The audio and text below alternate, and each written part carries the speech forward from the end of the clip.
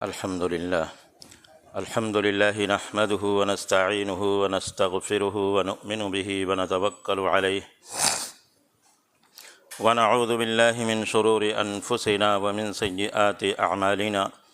من يهده الله فلا مضل له ومن يضلله فلا هادي له ونشهد أن لا إله إلا الله وحده لا شريك له ونشهد أن سيدنا ومولانا محمدًا عبده ورسوله أما بعد فأعوذ بالله من الشيطان الرجيم بسم الله الرحمن الرحيم وما أرسلناك إلا رحمة للعالمين صدق الله العظيم۔ برادران محترم، بزرگوں اور دوستو، اللہ رب العزت نے حضرت محمد صلی اللہ علیہ وسلم کو اس دنیا میں بھیجا تو آپ کے لیے رحمت للعالمین کا خطاب دیا، یعنی آپ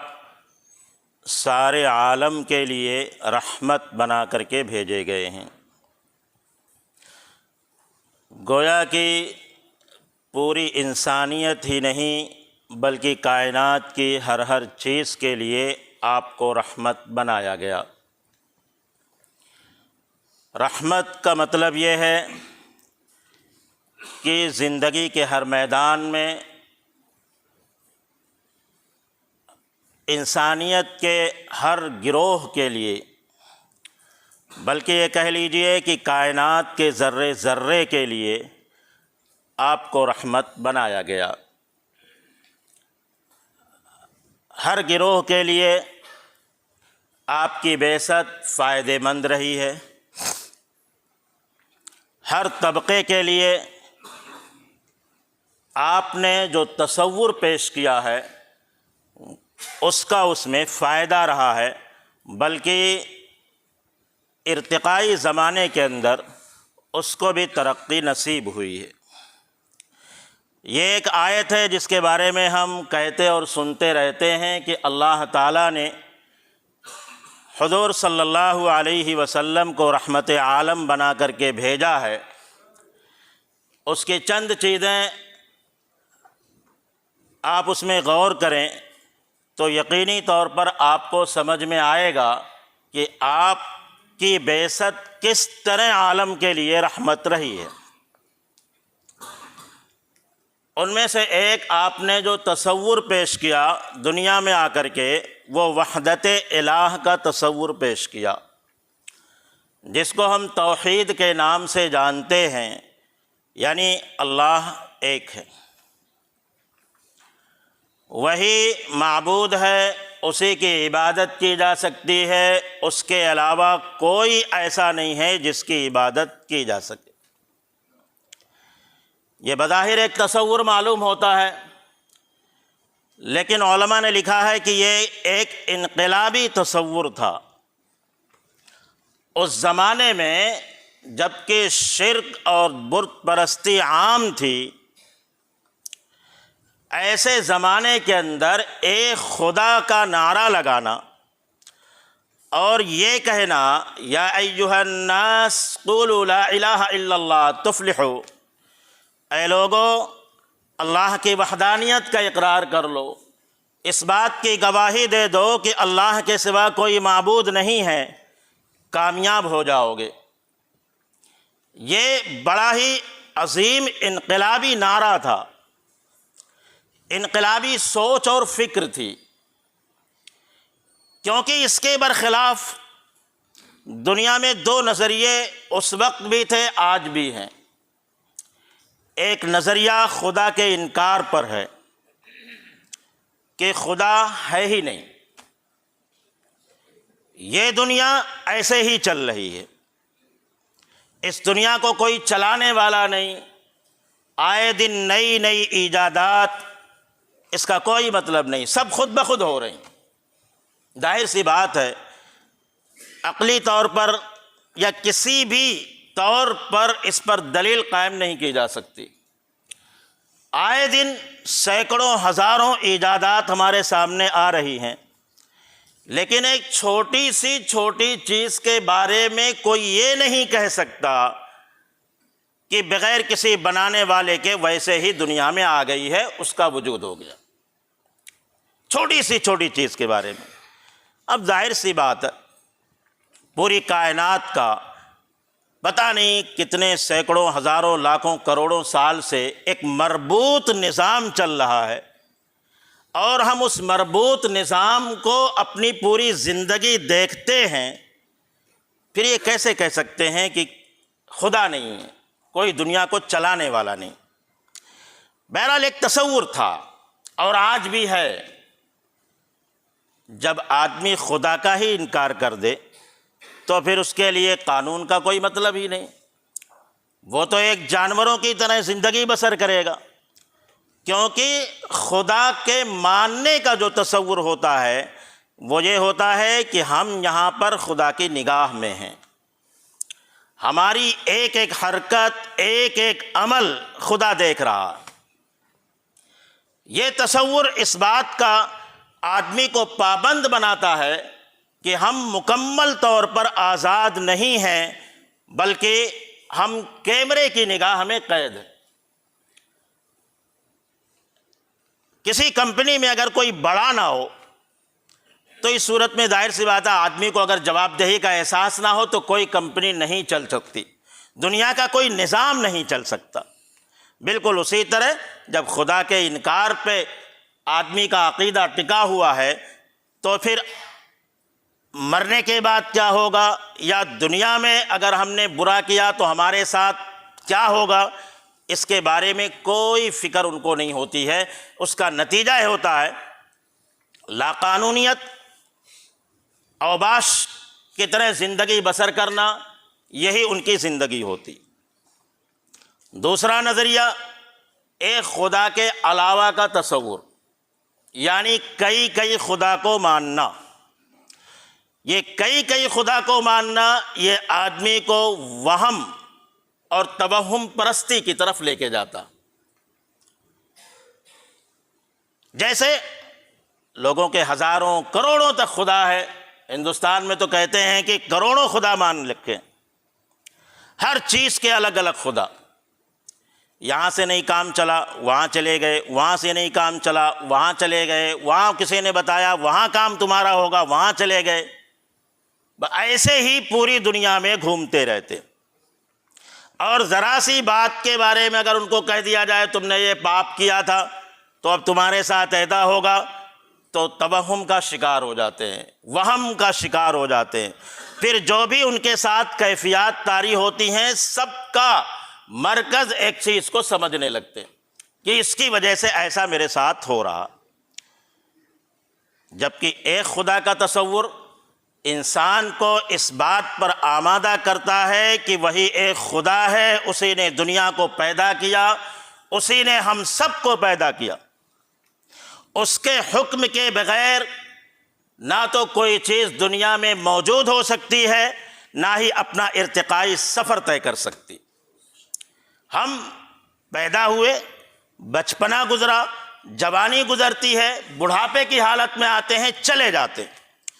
یہ جو ایک زمانہ ہمارے اوپر گزرتا رہتا، اتنے واقعات سے ہم دوچار ہوتے ہیں، بچپنے سے لے کر کے بڑھاپے تک اور پھر قبر میں تک جانے تک، ایک ایک لمحے کے اندر خدا کا حکم فرما اس میں فرما روا ہوتا۔ اس کے حکم کے بغیر کوئی بچہ جوانی کی دہلیز پہ نہیں جا سکتا، کوئی جوان بڑھاپے کی دہلیز پہ نہیں جا سکتا، کوئی چیز دنیا میں موجود نہیں ہو سکتی جب سب کچھ کرنے والا وہی ہے، ہر چیز کے نفع اور نقصان کا مالک وہی ہے۔ دنیا کی کوئی طاقت کسی کو نہ نفع پہنچا سکتی ہے نہ نقصان پہنچا سکتی ہے۔ یہ عقیدہ انسان کو اس کی عزت یاد دلاتا، اس کے دل میں یہ احساس پیدا کرتا ہے کہ تم ایک برتر مخلوق ہو، تمہیں اللہ نے اشرف المخلوقات بنایا ہے۔ انسانیت کی تکریم تمہارے دلوں کے اندر، جب انسانیت کی عزت آدمی کے دل میں پیدا ہو جائے تو پھر وہ ماتھا ہر جگہ نہیں ٹیکتا، وہ صرف اسی خدا کے سامنے سر جھکاتا ہے جس نے اس کو پیدا کیا، جو اس کی زندگی کا مالک۔ یہ وحدت الہ کا جو تصور نبی کریم صلی اللہ علیہ وسلم نے دنیا میں پیش کیا، یہ اس کا نتیجہ تھا کہ 23 سال کے اندر وحدانیت، وحدت الہ کا تصور پوری دنیا کے اندر قائم ہونے لگا۔ یوں تو حضرت نوح علیہ السلام سے لے کر نبی کریم صلی اللہ علیہ وسلم کے زمانے تک انبیاء آتے رہے، کفر، بت پرستی، شرک سے لوگوں کو منع کرتے رہے، توحید کی دعوت دیتے رہے، لیکن ہر زمانے میں مشرکانہ فکر کا غلبہ رہا۔ بلکہ یہ کہہ لیجئے کہ جو قومیں توحید کی بنیاد پر قائم ہوئی ان کا وجود اسی پر ہوا، وہ پھر بعد میں چل کر کے مشرکانہ تہذیب کے اندر ملوث ہو گئی، جن میں آپ دیکھ سکتے ہیں یہودیت، نصرانیت، ان کی بنیاد وحدت الہ پر ہی تھی، ان کا مقصد توحید ہی تھا۔ لیکن بعد میں یہ خود شرک میں مبتلا ہو گئی، کوئی 3 خدا کا قائل ہے، کوئی اور خداؤں کا قائل ہے، تو جن کی بنیاد ہی توحید پر قائم ہوئی تھی وہ خود شرک سے نہیں بچ پائی۔ جبکہ نبی کریم صلی اللہ علیہ وسلم نے جب وحدت الہ کا تصور دیا، یعنی اللہ کے ایک ہونے کا تصور پیش کیا، تو اس کے بعد آپ دیکھ سکتے ہیں تاریخ کے اندر اور قوموں کا مطالعہ کریں گے تو آپ دیکھیں گے کہ ہر قوم کے اندر اللہ کی وحدانیت کا تصور ضرور موجود رہا۔ خود ہندو مت کے اندر آریہ سماج نے جب سر ابھارا تو اس نے بھی بت پرستی سے منع کیا اور یہ کہا کہ خدا ایک۔ بلکہ ان کی ویدوں کے اندر اگر آپ دیکھیں گے تو خدا کے وحدانیت کا تصور ملتا۔ اسی طرح عیسائیت میں بھی ایسے فرقے ہیں جو اللہ کو ایک مانتے ہیں، یہودیت میں بھی ایسے فرقے پا جائیں گے۔ گویا کہ جن قوموں کی بنیاد شرک پر ہے ان قوموں کے اندر بھی ایسی تحریکیں پیدا ہوئی ہیں جو اللہ کو ایک ماننے کا انہوں نے نعرہ لگایا۔ یہ نبی کریم صلی اللہ علیہ وسلم کے وحدت الہ کا جو آپ نے نعرہ لگایا یہ اسی کا نتیجہ رہا۔ دوسرا آپ نے جو پیغام دیا وہ وحدت انسانیت کا دیا کہ تمام انسان برابر۔ اس زمانے کے اندر بھی انسانیت میں تفاوت پایا جاتا تھا، ان کے درمیان فرق پایا جاتا تھا۔ یہودیوں کے اندر اسرائیلی یعنی حضرت یعقوب علیہ السلام کے خاندان کے جو یہودی تھے وہ افضل سمجھے جاتے تھے، اور غیر اسرائیلی یعنی ان کے علاوہ جو یہودی تھے وہ ان سے کم درجے کے سمجھے جاتے تھے۔ دونوں کے درمیان فرق سمجھا جاتا تھا۔ عیسائیت کے اندر بھی، خود ایرانی تہذیب کے اندر بھی، کہ جو یعنی ایرانی تہذیب اس لیے کہا جا رہا کہ یہ اس وقت سپر پاور تھا، ان کی ایک حیثیت تھی، ان کے یہاں بھی تصور یہی تھا کہ جو بادشاہ کے خاندان سے ہیں وہ اشرف ہیں، ان کو بادشاہت کرنے کا حق ہے، وہ لوگوں میں افضل ترین۔ باقی جو دوسرے لوگوں سے پیدا ہوئے، دوسرے خاندانوں سے ہیں، وہ ان سے کم درجے کے ہیں۔ اور ہمارے ملک میں تو لوگوں کو 4 حصوں میں تقسیم کیا گیا تھا۔ ایک وہ جو خدا کے سر سے پیدا کیے گئے ہیں، برہمن، دوسرے وہ جو خدا کے بازو سے پیدا کیے گئے ہیں، تیسرے وہ جو خدا کی ران سے پیدا کیے گئے ہیں، اور چوتھے وہ جو خدا کے پیر سے پیدا کیے گئے ہیں جن کو شودر کہا جاتا ہے۔ اور پوری تاریخ عالم میں آپ دیکھ لیں گے کہ اتنی مظلوم قوم کوئی نہیں گزری، اتنی ذلیل ترین قوم کسی کو نہیں بنایا گیا۔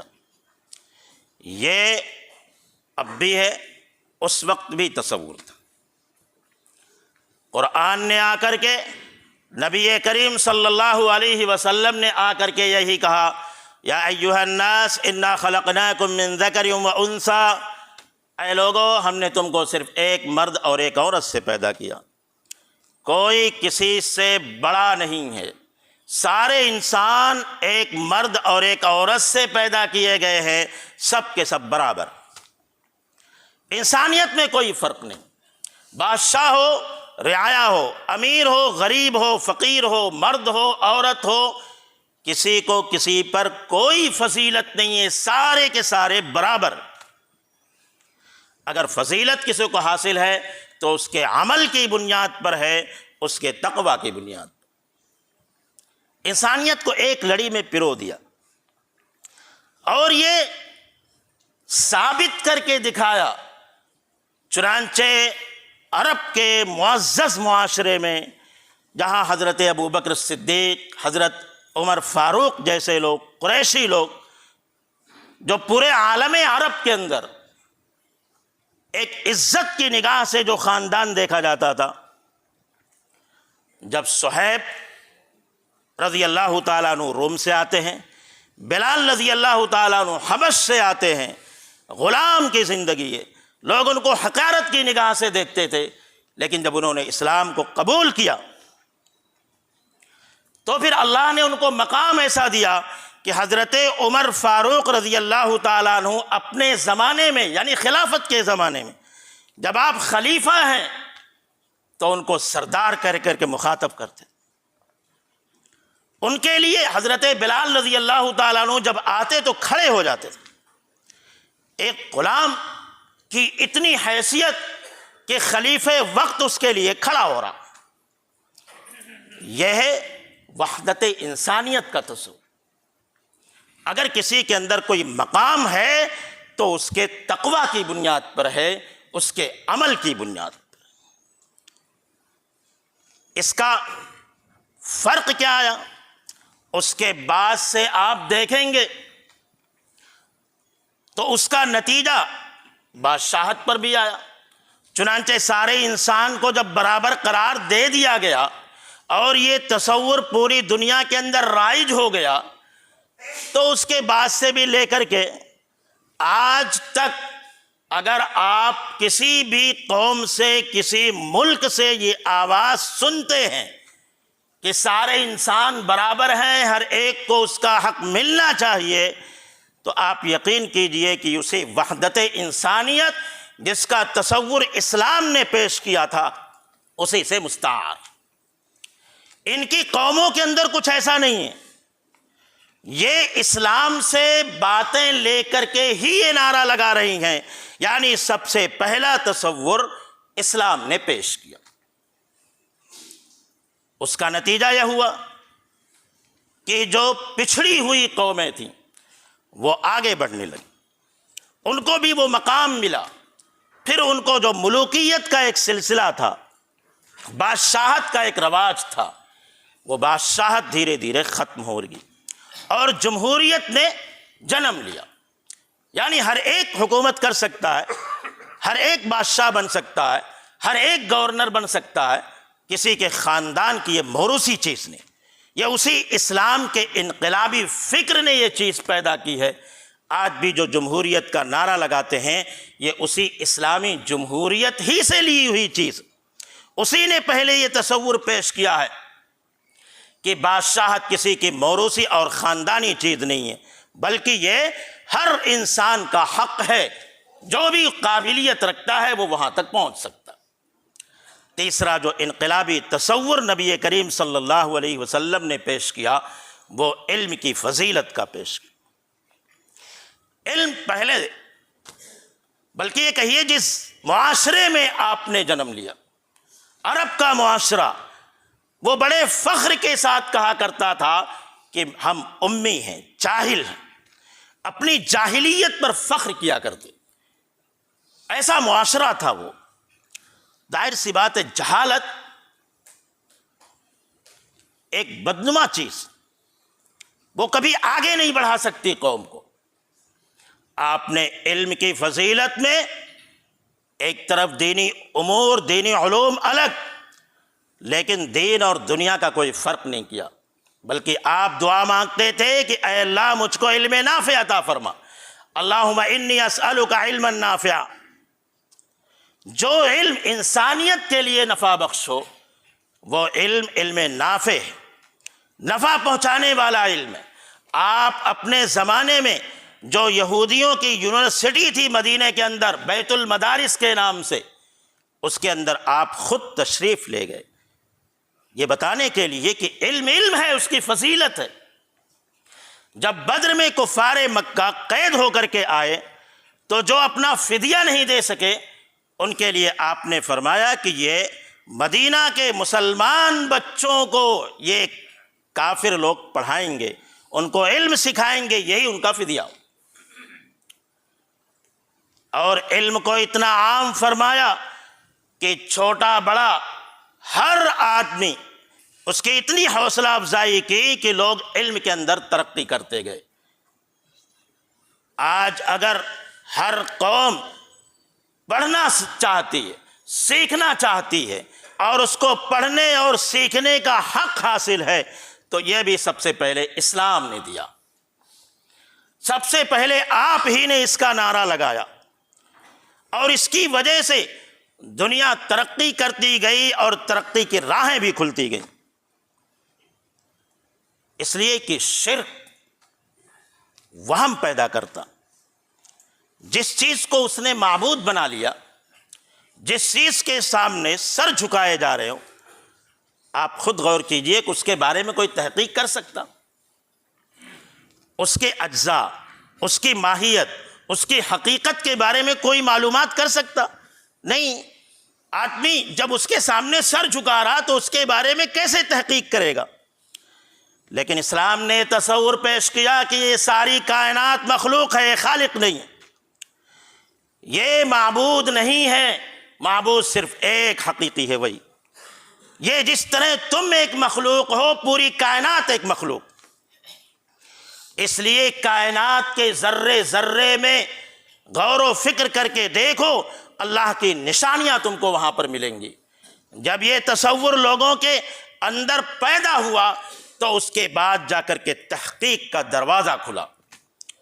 اور پھر اس کے بعد آگے بڑھتے گئے، زمین کے ذروں کے اندر، آسمان کی فضاؤں کے اندر چاند اور سورج کی تحقیقات کر لی گئی، ان کے چلنے کی رفتار، اس کی روشنی کی مقدار، سمندروں کی طغیانی،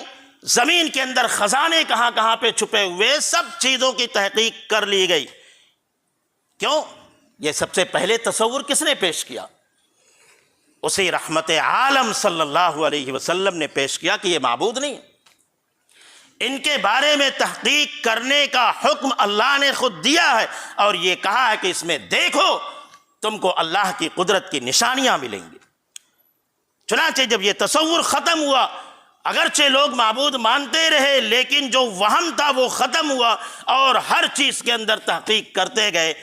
آج راہیں کھلی ہوئی۔ یہ بھی رحمت عالم صلی اللہ علیہ وسلم کا ایک انقلابی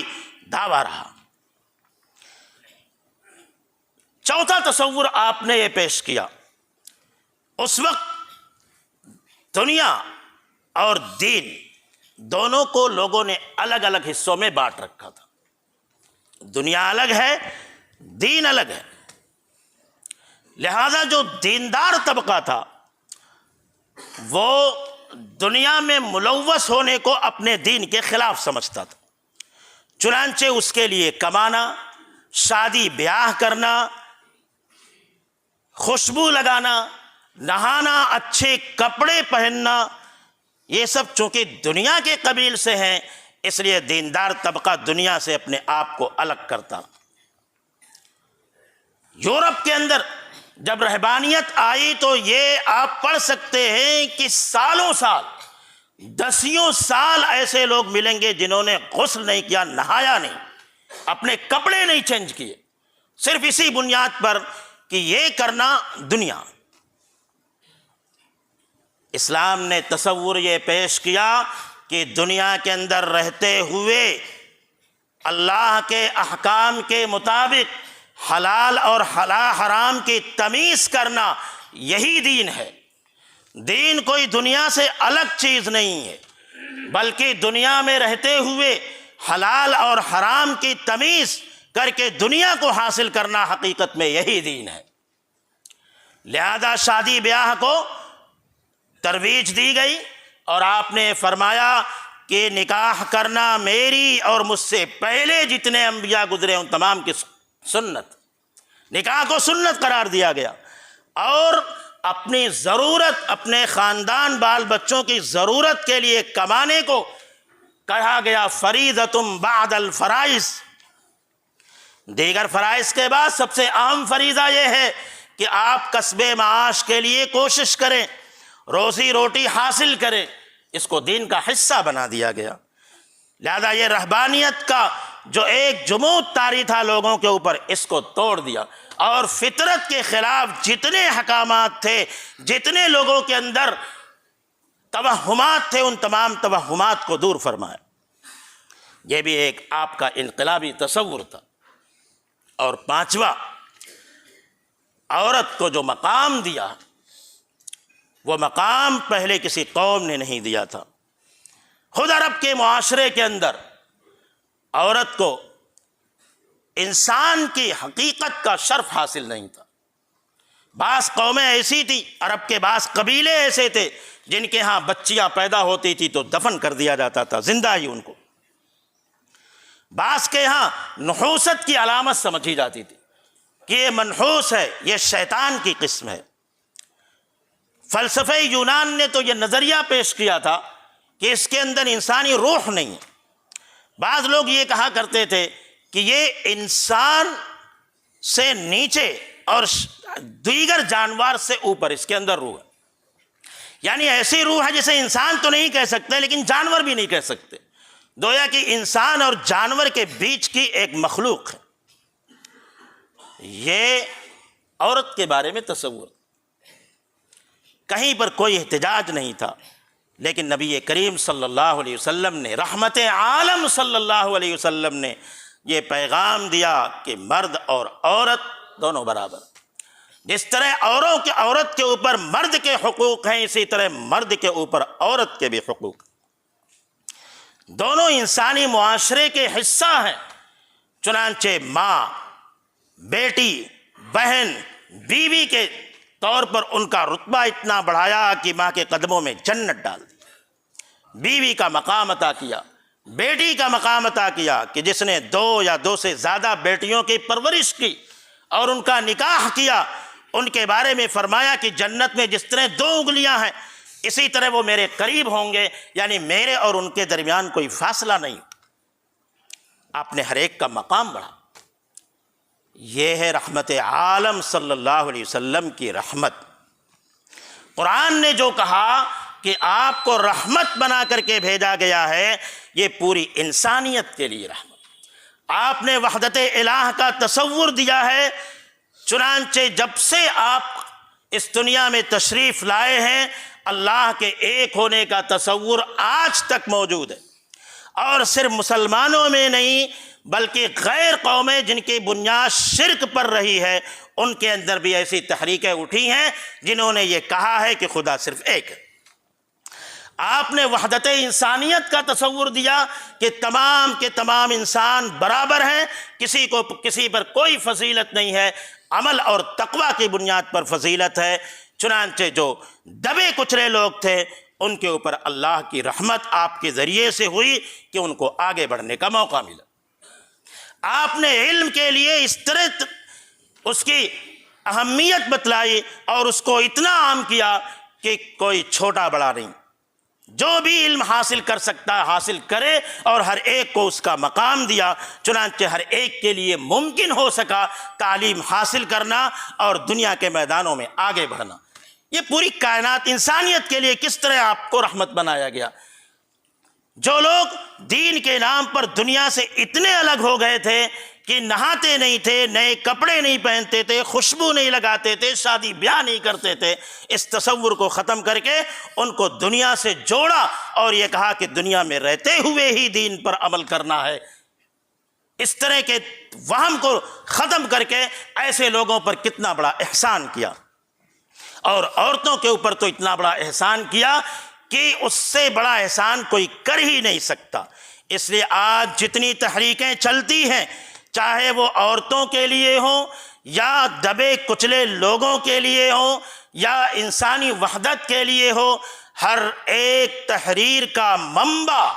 اسلام ہی ہے۔ یہیں سے انہوں نے اس سوچ کو پایا ہے اور یہی سوچ کو دوسرے نام دے کر کے دنیا کے سامنے پیش کرتے ہیں۔ آپ یقین کیجئے کہ نبی کریم صلی اللہ علیہ وسلم کی ذات پورے عالم کے لیے رحمت ہے۔ اللہ تعالی ہم سب کو آپ کی سنتوں پر عمل کرنے کی توفیق عطا فرمائے۔ وآخر دعوانا الحمدللہ۔